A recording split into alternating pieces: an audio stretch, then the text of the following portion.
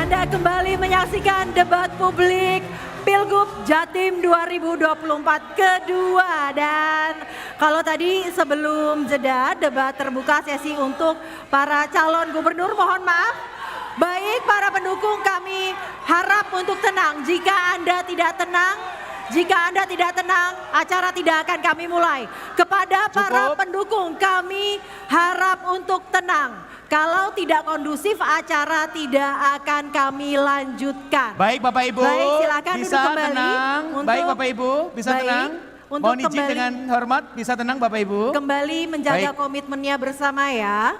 Akan kami lanjutkan.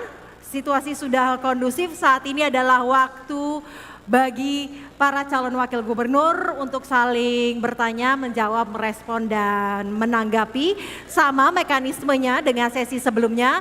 Dan Bapak Ibu, para paslon, kami ingatkan kembali jika ada istilah maupun istilah yang tidak umum maupun singkatan, tolong langsung dijelaskan. Baik, kita mulai saja. Baik, terlebih dahulu kami persilakan untuk calon wakil gubernur Jawa Timur untuk berada di podium masing-masing. Pada kesempatan awal ini di segmen 5 ini Bapak Ibu hadirin dan pemirsa, kita akan berikan kesempatan untuk calon wakil gubernur nomor urut 3 untuk memberikan pertanyaan kepada calon wakil gubernur nomor urut 2. Maka dari itu kami persilakan untuk cawagup nomor urut 3, Anda memilih terlebih dahulu dari ikon pariwisata yang ada di layar untuk menentukan subtema Anda. Tersisa 5, silahkan dipilih. Gili Labak, kita akan saksikan bersama dalam pilihan Gili Labak ini ada subtema apa? Optimalisasi kewenangan melalui komunikasi dengan pemerintahan pusat dan daerah. Silakan untuk cawagup nomor urut 3, waktu Anda bertanya 30 detik dimulai dari Anda berbicara. Silakan. Mas Emil, mungkin permasalahan yang klasik sekarang ini adalah komunikasi antara pusat dan provinsi yang kadang-kadang membuat peraturan yang tidak sinkron. Nah, kira-kira bagaimanakah langkah antisipasi? Kalau dengan masyarakat kan ada musrenbang. Dan bagaimana dengan komunikasi antar pusat dan provinsi yang selama ini ada terutama dalam bidang-bidang tertentu, misalnya berkaitan dengan permasalahan pendidikan. Contohnya begini. Kita mau masuk ke madrasah, tidak bisa masuk karena itu adalah wilayahnya pusat. Kita jadi bingung arahnya kemana, silakan. Kami persilakan untuk calon wakil gubernur nomor urut 2 menjawab. Waktu Anda 1 menit 30 detik dimulai dari Anda berbicara. Kalau kita memahami Undang-Undang 23 mengenai pemerintahan daerah, Pemprov adalah wakil pemerintah pusat. Dalam hal ini maka tentunya pemerintah provinsi harus juga bisa sinkron secara substantif. Dari ketiga kita ini, kamilah yang menyesuaikan visi misi kami dengan visi misi Prabowo Gibran. Kami saja, yaitu Indonesia Maju dan Indonesia Emas 2045. Bagaimana buktinya bahwa terjadi komunikasi yang baik? Kita lihat hari ini Jawa Timur bisa punya 3 kawasan ekonomi khusus. Itu nggak mungkin bisa dicapai tanpa koordinasi dengan pemerintah pusat. Peraturan Presiden 80 tahun 2019 adalah hasil koordinasi efektif dengan pemerintah pusat juga. Nah, oleh karena itu yang sangat penting, setiap musrenbang kita menyusun rencana kerja pemerintah daerah. Dan kita akan sinkronkan di atas. Itu adalah bentuk goodwill bahwa kita siap untuk mensinergikan program sehingga tidak tumpang tindih dan bentrok. Saya punya pengalaman soalnya sebagai wakil gubernur diminta untuk sedikit menyelesaikan masalah. Kalau kabupaten kota itu tidak bisa sinkron dengan pusat, kita bisa kehilangan triliunan. Tapi ini alhamdulillah tidak terjadi karena 3,5 triliun sudah siap insya Allah untuk membangun ringan rel kereta di Surabaya, double track, listrik dan modern. Terima kasih. Masih ada waktu? Cukup? Cukup? Baik, kita akan kembali ke cawagup nomor urut 3 menanggapi jawaban. Waktu Anda 1 menit dimulai dari Anda berbicara, silakan. Ya, kalau masalah kita harus linear dengan pusat, siapapun itu ya kita harus seperti itu, kan negarawan. Tidak boleh berpikir tentang partai-partai, tapi berpikir untuk kepentingan bangsa dan negara. Nah, itu sudah tidak perlu lagi kita bicarakan, karena itu fakir saya final. Yang berikutnya adalah, yang tadi saya tanyakan adalah contoh tentang kebijakan madrasah. Sehingga kalau di provinsi, SLTA kan tanggung jawab kita. Kewenangannya kewenangan provinsi, tapi kita susah masuk ke wilayah madrasah. Kita ini misalnya mau bantu susah. kepada madrasah karena ada aturan-aturan yang memang itu harus berinteraksi langsung dengan pemerintah pusat. Itu yang saya maksudkan tentang bagaimana kita mengkomunikasikan problem yang selama ini ada. Jadi yang saya tanyakan adalah sekarang ini ada dan bagaimanakah kira-kira solusinya biar ada penyamaan visi dan juga penyamaan pemikiran agar masyarakat utama orang-orang pesantren juga mendapatkan sentuhan dari provinsi dan tanpa mengurangi dan juga beda antara SMA dan madrasah. Ini konsentrasi saya kepada para Waktu santri. habis, kita beralih ke Cawagup nomor urut 1 merespon jawaban dari Cawagup nomor urut 2 dan 3. Waktu Anda 1 menit dimulai dari Anda berbicara, silakan. Baik, semangat Undang-Undang 23 tahun 2014 yang disampaikan Mas Emil tadi itu masih ada yang kurang, yaitu membangun kesejahteraan.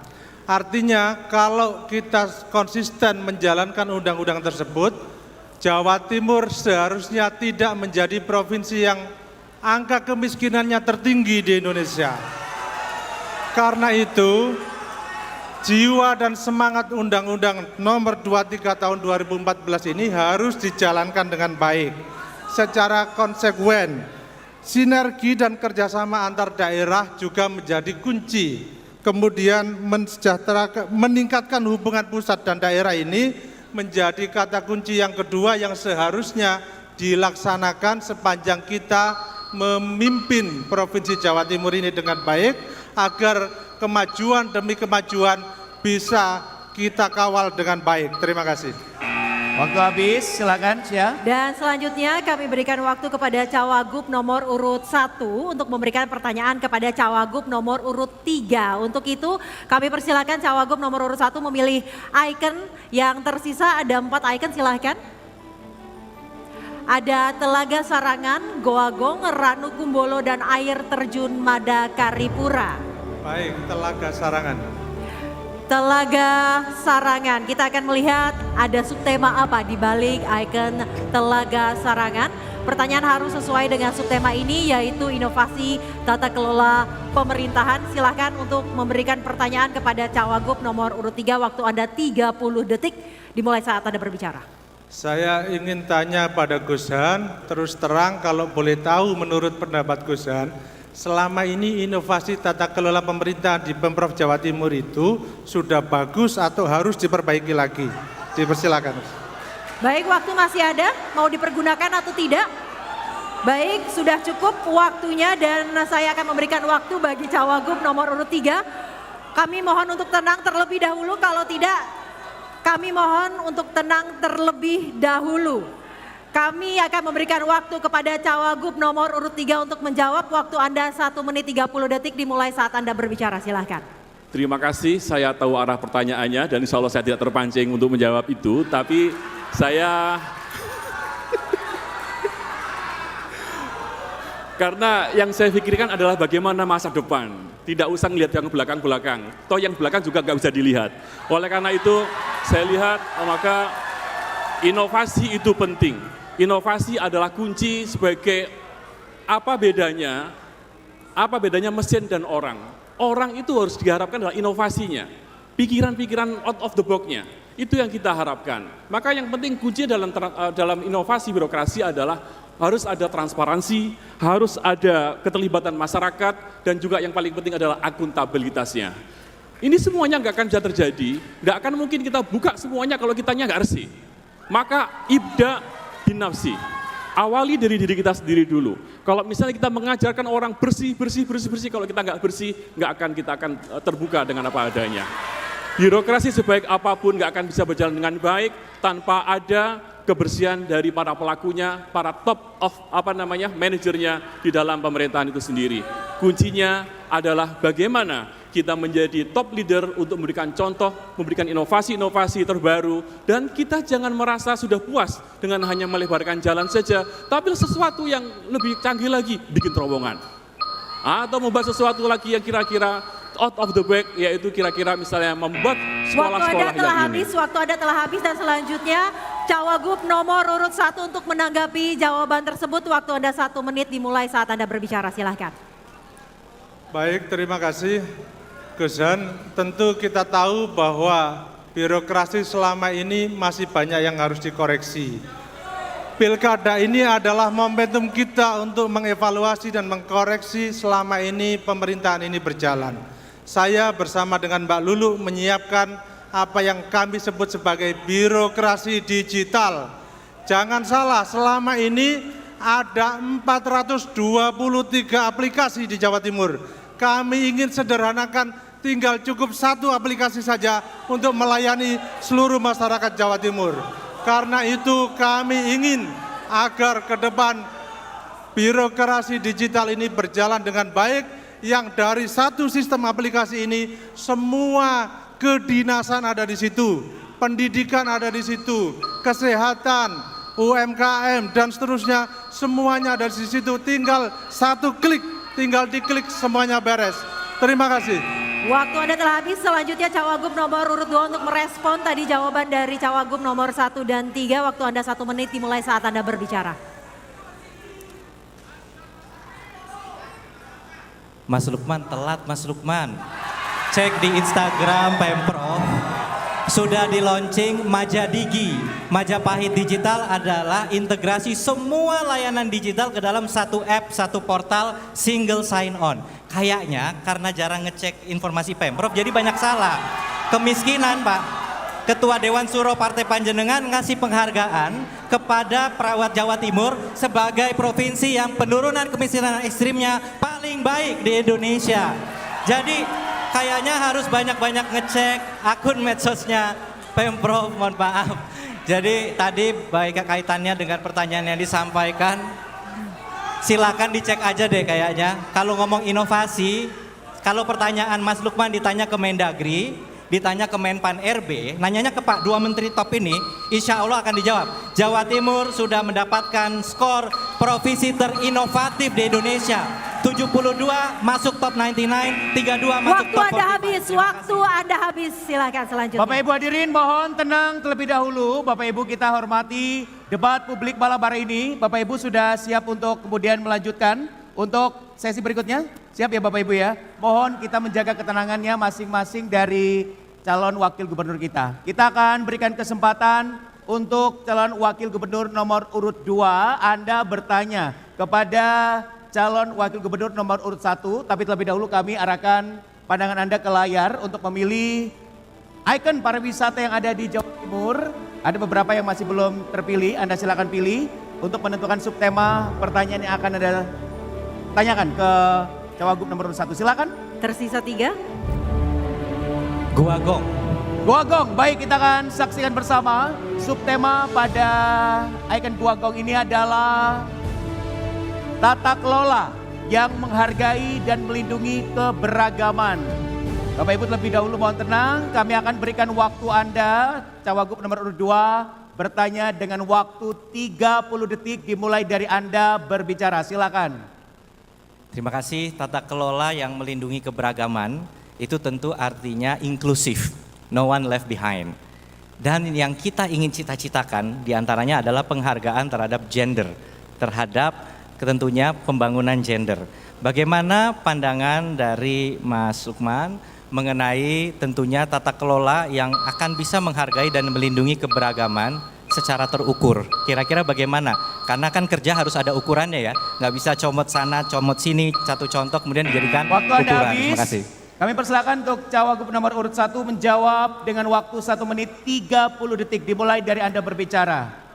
Baik, sebenarnya kan kata kuncinya itu meritokrasi sistem.